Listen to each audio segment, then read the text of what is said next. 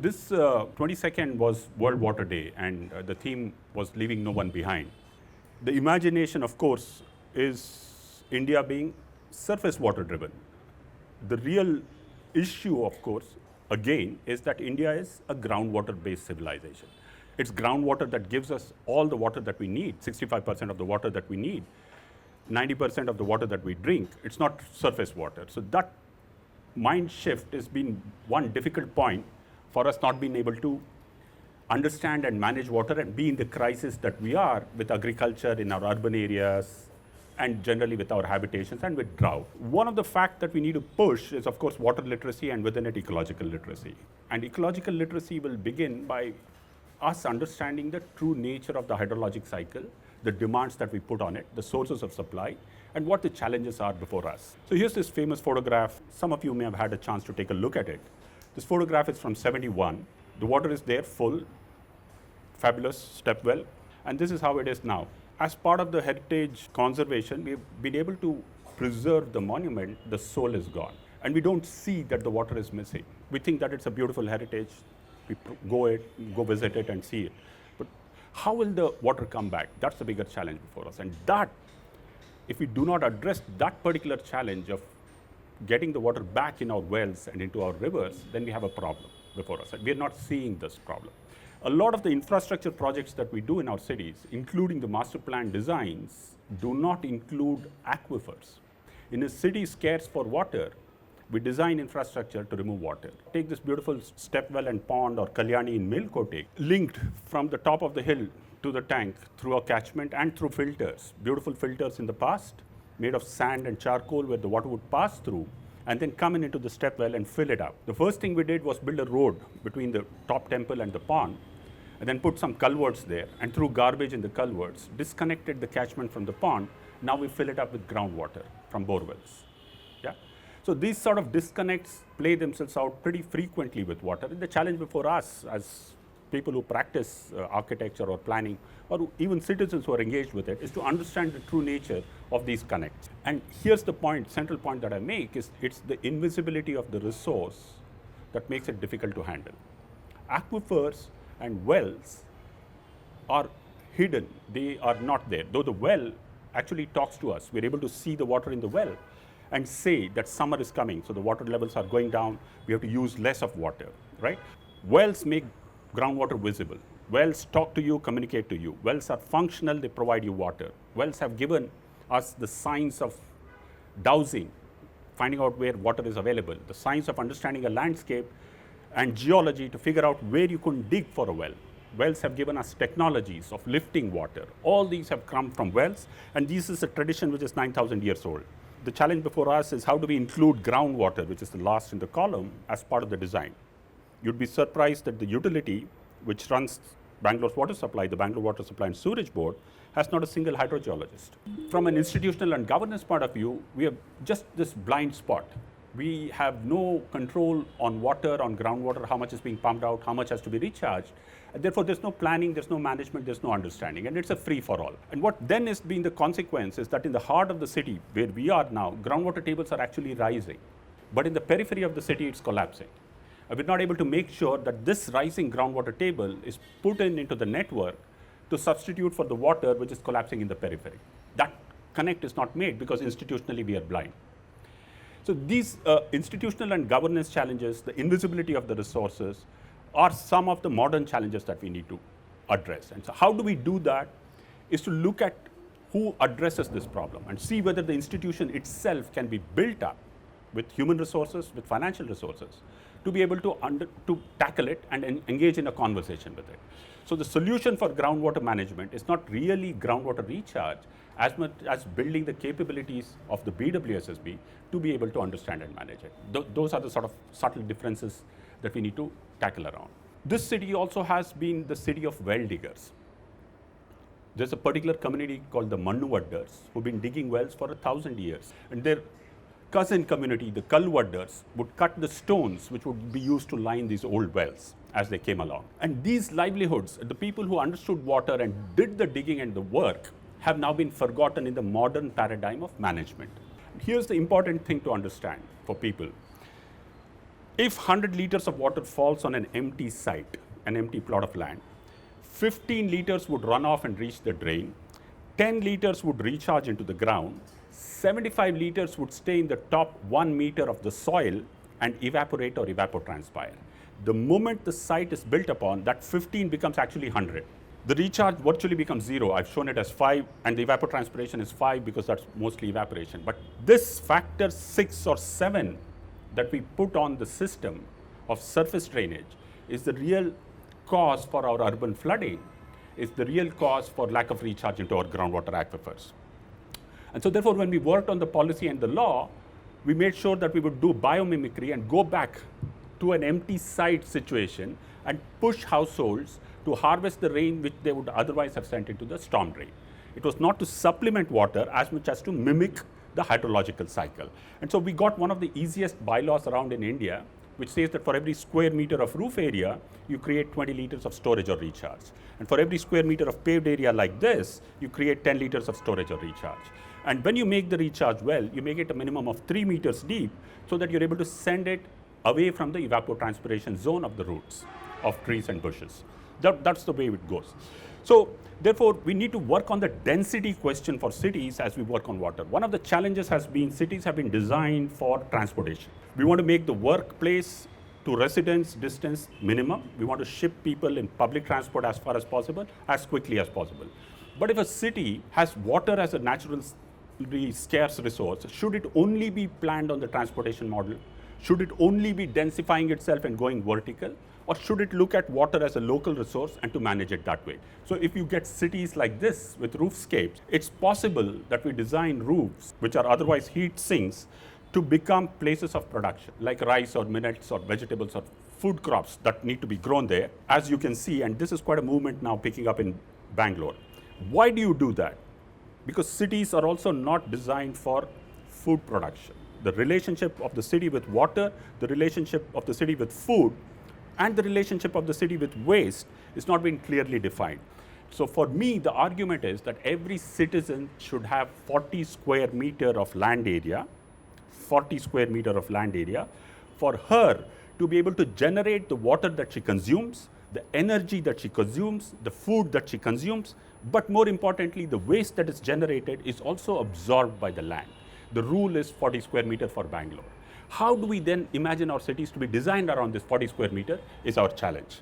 And so therefore, with 40 square meter, you can harvest the rainwater, use it for drinking and cooking. You can reuse grey water for the food production on the top of the terrace. You don't need fresh water, you only use grey water coming from bathrooms and washing machines. You can use solar energy for water heating, for lighting, for cooking from the 40 square meter. And if you are brave enough, you can use composting toilets to make sure that even human waste is not thrown out, but reused as a fertilizer. And then you can be productive and actually be nutrition sufficient.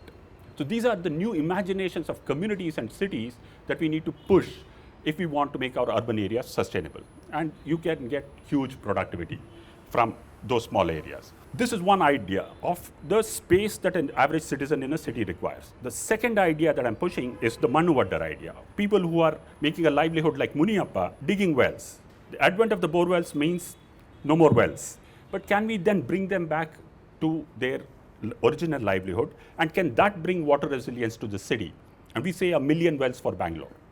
So if you make 1 million recharge wells for Bangalore, pick half the rain that falls on the rooftop into these wells, you will have an additional 1,500 million liters per day water in your aquifers.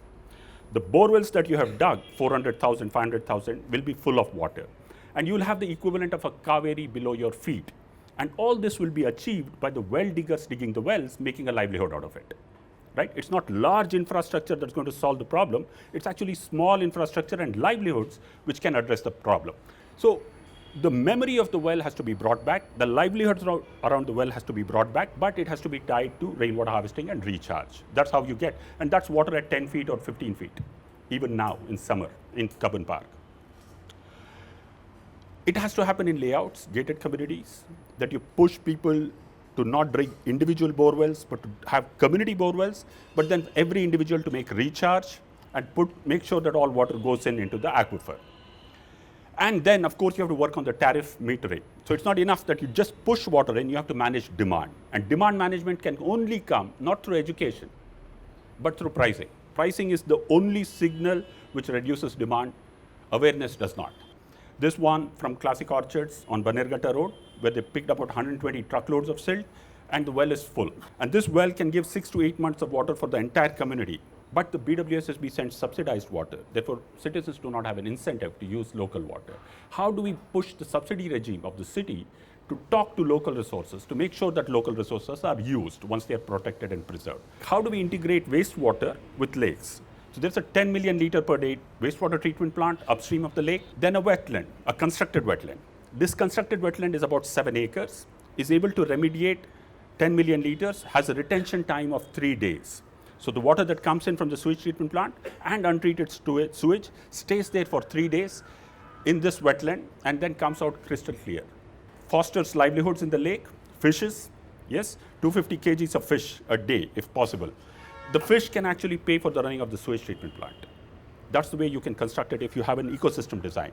And recharges wells surrounding. We guess that about 7 to 7.5 million liters per day is recharged by this lake.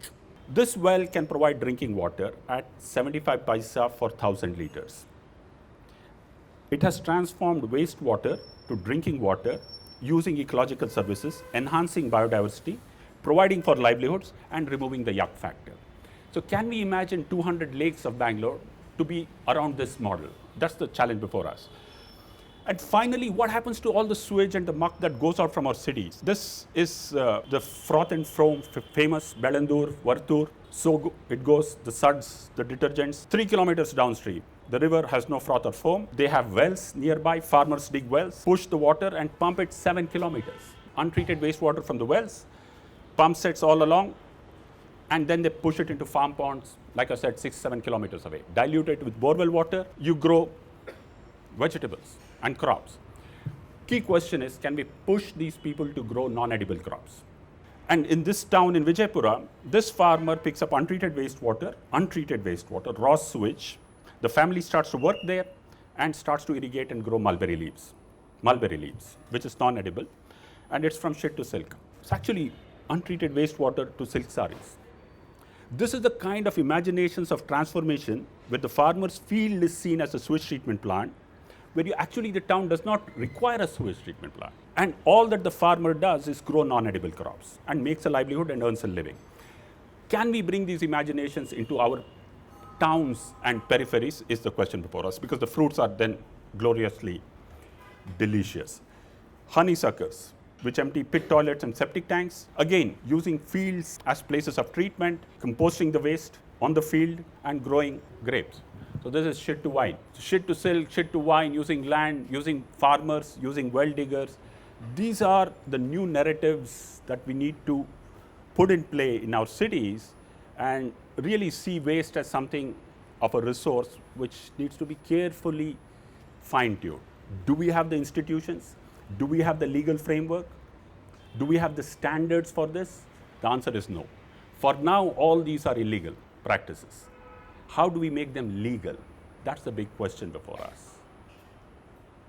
Thanks for listening in on a Sunday breakfast time. That's it. I'm happy to have conversations and questions. It's possible for it to affect it in a bad way if you have heavy metals in it. If you have too much of sulfates in it, it can harm it. If there are industrial effluents in the sewage, it will harm the crops. In a good way, domestic sewage applied on land means the farmer needs 80%, 90% less fertilizers. Here's the thing, phosphates in water causes eutrophication, frothing and foaming. Phosphates on land is a fertilizer. Crops need that phosphate. It's a good fertilizer. Should we grow root crops? No, we should not grow root crops with domestic sewage. We should not. If we do, then we should peel it, wash it with potassium permanganate and reduce essentially bacteria on top of the root crops. We should not grow it as far as possible. But even if we grow it, we can take care of it. We import all the phosphates that we need, but we push it into our detergents, we don't push it into our fertilizers. The same phosphate in land is a fertilizer, the same phosphate in water is a nuisance. It goes into vegetables, it's good to go into vegetables. You should not get heavy metals into vegetables. or you should not get nickel, cadmium, lead into heavy metals. So that's the only danger that we have. See, the point is that in India, can we have the luxury of the highest standards, or do we take a risk mitigation approach in which we, one step at a time, address the problems and go towards a particular goal? It's incredible that groundwater is at 20 feet, even now in summer, and it's crystal clear groundwater. If we make sure that we do rainwater harvesting and recharging, then that water is available to us for 8 months, 10 months in a year at 20 feet. In almost all the old pockets of old Bangalore, right? Our guess with the well diggers is that there are 10,000 open wells in Bangalore which have water which are being used, and that easily it can go up to 100,000 which can be used. The shallow aquifer is lying completely unused. Now, if my neighbor has a well, there's no reason why I should not be getting water in my well, right? But I don't know that he has a well or she's using it. If I know, could I make a more rational decision? Could I then recharge? And could therefore the well digger become the ambassador to market the well and get a livelihood in the opportunity? That's the idea.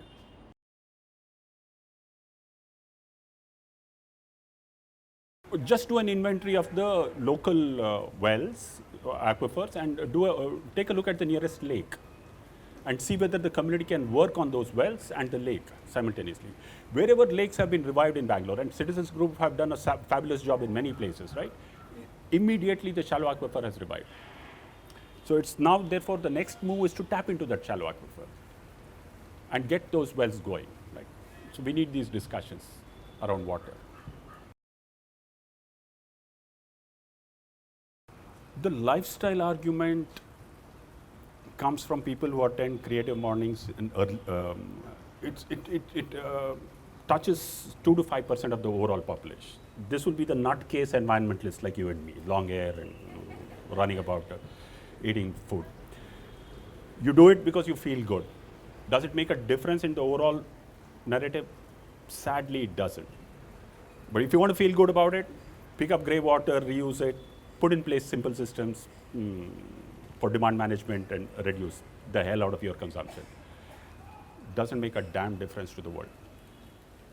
That doesn't mean go splurge on it, but I'm saying systemic fixing is the challenge.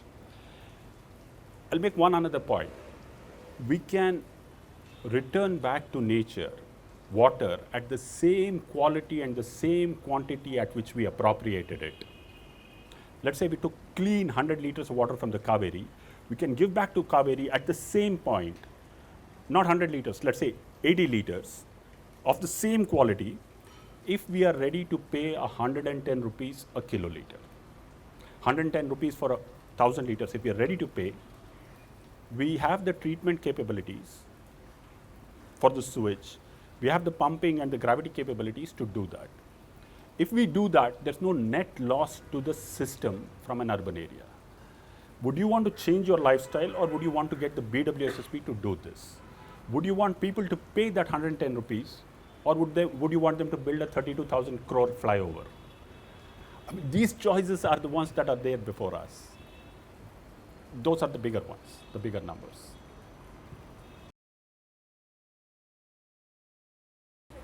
So what you do there in this system is to separate urine and feces, right? So the urine can be diluted and applied as a fertilizer almost directly and immediately.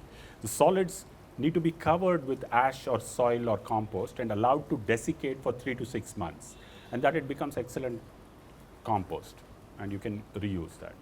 So let no man put together what God has separated. No, that's the whole idea. It's been human beings who started to push this together, typically civil engineers, and then spent the hell out of technology trying to fix the problem.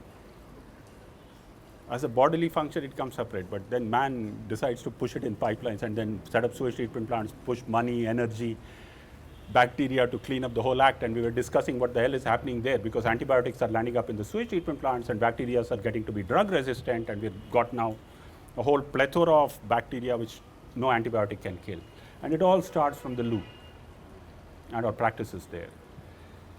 So that's how it is. So, a couple of laws which exist need to be implemented. Those are the pollution laws. Our regulators, like the Pollution Control Board, has failed us abysmally in implementing those laws. Industrial effluents coming into stormwater drains or lakes, that's a question of implementation. With new laws, we need new laws on groundwater management, which is practical and which pushes groundwater to be regulated a bit more than what it is right now. And perhaps we need more and better implementation of the rainwater harvesting laws, which are there in place, right? But ultimately, we also need the master plan and the infrastructure plans to start to talk to local resources of water more. We need that. So we need building bylaws, which will help us. We need master plan, land use plans, which will help water if it's so significant. And in fact, the bylaws, for example, have pushed for parking. So you have double basement parking, triple basement parking. They destroy our aquifer, pump out shallow aquifer water and throw it out into the land. And the master plan has simply, in the name of the car, killed our wells and shallow aquifers. So the car is not only deadly when it moves on the roads, but it's deadly when it's stupidly parked also, right? So that's one way the master plan and the building bylaws can talk to aquifers better. In areas of good aquifer water carriage, we should push for basement parkings to be avoided and parkings to be given on top. So here's the difference. In many places, the shallow aquifer is disconnected from the deeper aquifers, right? In some places, it's connected. So those places, when you dig a bore well, your open wells go dry, or the shallower bore wells go dry. In that place, there's a hydrogeological connectivity. In some places, you dig a bore well, but the open well continues to have water. There's no hydrogeological connectivity. Ultimately, all deep bore well recharge has to happen through the shallow aquifer, whether at that place or through a slightly farther place, right? So when we begin to recharge, we'll first impact the shallow aquifer, but eventually we'll also impact the deeper aquifers. And somewhere we'll have to move away from the deep aquifer and come back to the shallow aquifer, because the shallow aquifer is annually replenishable. Every year's rain replenishes that. The deep aquifers is usually fossil water. So it's taken a long time for it to accumulate, and we've used it up now therefore we are struggling. So that transition has to happen. Yeah. Thanks. Nothing. Thanks for coming and hanging around, and hopefully we'll have those conversations at Zen Rainman, Twitter, Instagram, Facebook, YouTube. Subscribe here.